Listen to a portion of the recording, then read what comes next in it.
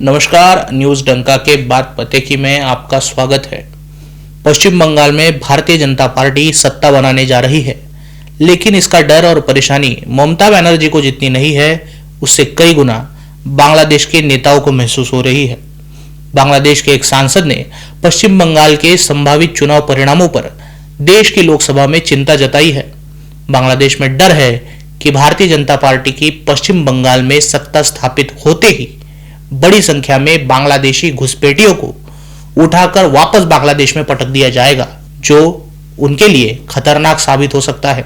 बांग्लादेश के रंगपुर से national citizen party के सांसद अख्तर हुसैन ने बांग्लादेश की संसद में कहा कि यदि पश्चिम बंगाल में भारतीय जनता पार्टी सत्ता में आती है तो इससे शरणार्थी संकट उत्पन्न हो सकता है।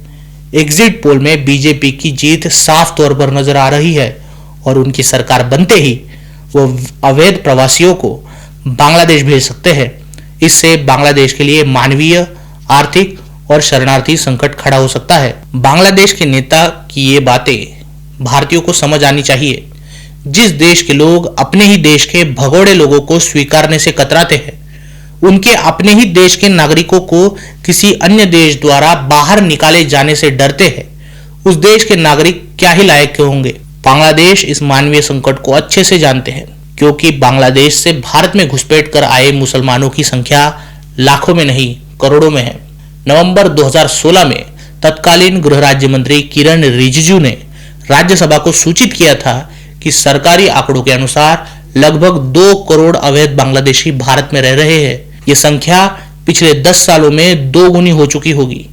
वही बांग्लादेश की पिछली जनगणना के अनुसार जनसंख्या 18 करोड़ है, जबकि 4 करोड़ बांग्लादेशी भारत में दुबक कर बैठे हैं।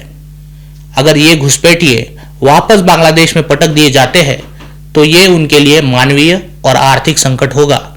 फिलहाल बांग्लादेश की संसद में इसी सच का सामना किया जा रहा है।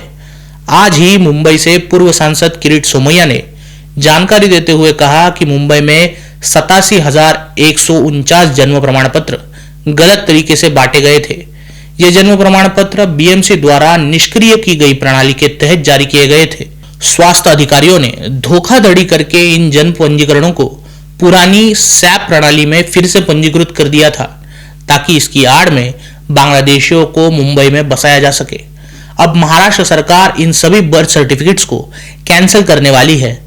कल इस मामले में स्वास्थ्य अधिकारी डॉक्टर शैलेंद्र गुर्जर को निलंबित किया गया है और अब तक राज्य में 6 सरकारी अधिकारियों को फर्जी बर्थ सर्टिफिकेट तैयार कर देने के आरोप में निलंबित किया जा चुका है। आप भारत के नागरिक हो ये सिद्ध करने में आपका जन्म प्रमाण पत्र और स्कूल लिविंग सर्टिफिकेट सबसे अहम दस्तावेज होता है। बांग्लादेश से भारत में घुसपैठ कर आए मुसलमान फर्जी दस्तावेजों के साथ जब पकड़े जाते हैं, तब इनमें ज्यादातर पश्चिम बंगाल के मालदा, मुर्शिदाबाद, दक्षिण 24 परगना जैसे जिलों के रहने वाले होते हैं, या फिर वो ऐसा बताते हैं। इनके फर्जी आधार कार्ड भी इन्हीं सीमा से सटे जिलों के बने मिलते हैं। कभी भी अंदरूने राज्य में रहने और वहां की सुविधाएं पाने के लिए उस राज्य की पहचान होना जरूरी होता है। इसके अलावा फर्जी दस्तावेज कभी भी पकड़े जा सकते हैं और आतंकवादी निरोधी दल घुसपैठियों को कभी भी पकड़ सकता है। इसलिए भारत में घुसने के बाद ये घुसपैठिए जल्द से जल्द बर्थ सर्टिफिकेट बनाने की कोशिश करते हैं। इसके बाद स्कूल लिविंग जैसे दस्तावेज मदरसों से बनाकर लिए जाते हैं। इनके मजहबी भाई इसमें खूब मदद भी करते हैं। इसलिए देश भर में सरकारी बाबू घूस लेकर जो फर्जी दस्तावेज बना रहे हैं, वो आगे चलकर देश के लिए खाई खोदने में लगे हैं। अभी अभी पश्चिम बंगाल के चुनाव से पहले मतदाताओं का गहन पुनरीक्षण यानी SIR किया गया। इस प्रोसेस के दौरान कुल 91 लाख मतदाता वोटर लिस्ट से हटाए गए। भाजपा नेताओं का अनुमान है कि सीमावर्ती जिलों में हटाए गए लगभग 10 से 12 लाख नाम अवैध बांग्लादेशी प्रवासियों के थे। पार्टी के कुछ प्रतिनिधियों का दावा है कि इस प्रक्रिया के दौरान उन्होंने पूरे राज्य में 13.25 लाख फर्जी मतदाताओं का पता लगाया है। सोचिए, जब इन सबको एक साथ बांग्लादेश भगाया जाएगा तो सीमावर्ती क्षेत्र कितना खुलकर सांस ले पाएगा। जो 4-5 करोड़ घुसपैठिए भारत में है, अगर वो बांग्लादेश वापस भेज दिए जाएंगे तब देश कितनी खुलकर सांस ले पाएगा। भारत में बेरोजगारी पहले से कम है, लेकिन ये पूरी तरह से गायब नहीं हुई है। ऐसे में घुसपैठिए भारत में रेहड़ी मजदूरी घर के काम करके लोगों पर और बोझ डाल रहे हैं। भारत के स्किल्ड और सेमी स्किल्ड लोगों का हक मारकर खा रहे हैं।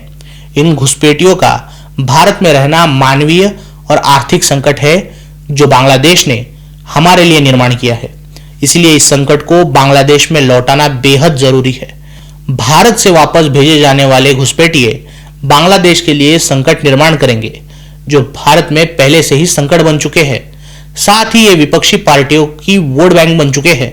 इस घुसपैठिया भगाओ मुहिम में न केवल विपक्षी पार्टियां और एनजीओ दखल देंगी बल्कि बांग्लादेश खुद और दुनिया भर से इसका विरोध भी होगा। इसलिए इस मुहिम के दौरान सभी विरोधियों को मुंहतोड़ जवाब देने के लिए कमर कसना जरूरी है। 15 अप्रैल को एक साक्षात्कार के दौरान असम के मुख्यमंत्री कह गए थे कि वो और असम के तमाम लोग भगवान से रोज प्रार्थना करते हैं कि भारत और बांग्लादेश के रिश्ते कभी ठीक ना हो, क्योंकि जब कभी ये रिश्ते ठीक होते हैं भारत के लिए घुसपैठियों को वापस डिपोर्ट करना मुश्किल हो जाता है। उनकी इस बात का मतलब सीधा सा है, बांग्लादेश अपने ही देश के लोगों को वापस लेना नहीं चाहता और इसीलिए इस प्रक्रिया को लंबा खींचने के लिए तरकीबें लगाता रहता है। मुख्यमंत्री शर्मा की कड़वी मगर सच्ची बात को बांग्लादेश सरकार सह नहीं पाई। बांग्लादेशी प्रधानमंत्री ने भारत के राजदूत को बुलाकर अपनी नाराजगी जताई है, यानी मुख्यमंत्री शर्मा का तीर सही निशाने पर लगा है। जहां तक बात भाजपा के सत्ता में आने के बाद घुसपैठियों को खदेड़ने की है, बांग्लादेश को डरने की कोई जरूरत नहीं है। अब तक तो भाजपा ने इस मुद्दे को केवल चुनावी रैलियों में भुनाए रखा है, लेकिन जमीनी स्तर पर भाजपा के विधायक मंत्री कोई इस मुहिम को लेकर गंभीर नहीं दिखते। जब से भारतीय जनता पार्टी सत्ता में आई है, घुसपैठियों को खदेड़ने की रफ्तार धीमी पड़ चुकी है। 2014 के बाद खदेड़े गए बांग्लादेशियों की संख्या 50,000 भी नहीं है। इसलिए बांग्लादेशी सरकार को चिंता करने की खास जरूरत नहीं है। हालांकि मुख्यमंत्री हिमंता बिस्वा शर्मा अपनी तरफ से पूरी कोशिश करते दिखते हैं।